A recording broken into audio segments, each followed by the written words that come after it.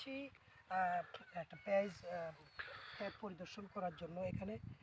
আসলে আমাদের দেশের দক্ষিণবঙ্গের মানুষ আসলে পেঁয়াজ চাষাবাদে এত মানে দক্ষ নয়। তারপরও আলহামদুলিল্লাহ আমরা দেখলাম যে মাসাল্লাহ অনেক সুন্দর এবং খুব ভালো ফলন আসছে। তো আসলে আমি এখন আসবো এখানে যেই যিনি এই পেঁয়াজ চাষাবাদ করছেন ওনার সাথে একটু কথা বলবো। আপনার নাম কি?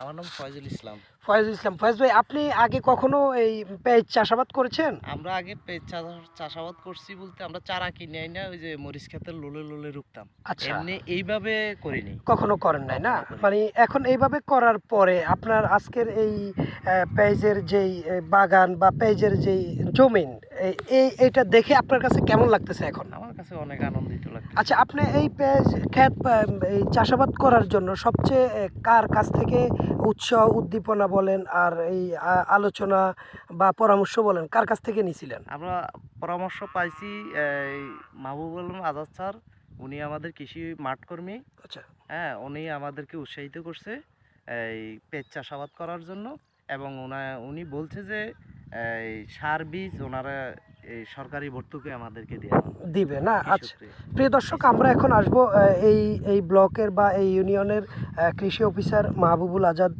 মজুমদার সাহেবের কাছে।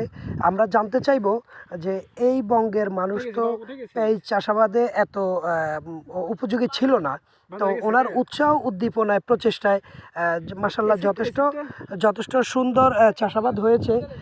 এই যে প্রিয় দর্শক দেখেন, এটা হচ্ছে অনেক বড়, অনেক বড় এবং অনেক সুন্দর মাসাল্লাহ। আমার কাছে শুক্রিয়া। আসসালামু আলাইকুম। স্যার, আপনি মাহবুবুল আজাদ মজুমদার সাহেব, এই ইউনিয়নের কৃষি অফিসার। আমি আপনার কাছে যে জানতে চাইবো যে আপনি এই এলাকার মানুষ তো পেঁয়াজ চাষাবাদে এতটা আগ্রহ বা এত অভিজ্ঞ ছিল না, তো আপনার প্রচেষ্টায় আজকে মাসাল্লাহ অনেক সুন্দর বা যে জমিটা দেখে আমার খুব ভালো লাগলো। তো আপনি ওনাদেরকে যেই মন মানসিকতা থেকে বা যেই থেকে ওনাদেরকে যে এই আগ্রহটা উদ্দীপনাটা প্রকাশ করেছেন, এই বিষয় থেকে আমাদেরকে একটু বলবেন। জি, ধন্যবাদ। আসসালামু আলাইকুম।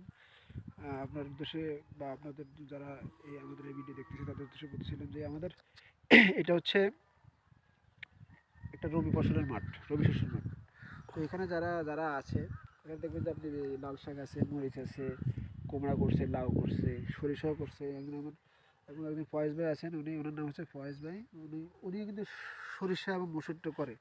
গতবার করছিল, গতবার করার কারণে ফলনটা খুব ভালো হয়েছে, ওনার এবার আগ্রহ ছিল। এই যে পেজগুলো দেখতে পাচ্ছেন, আমরা কিন্তু এখান থেকে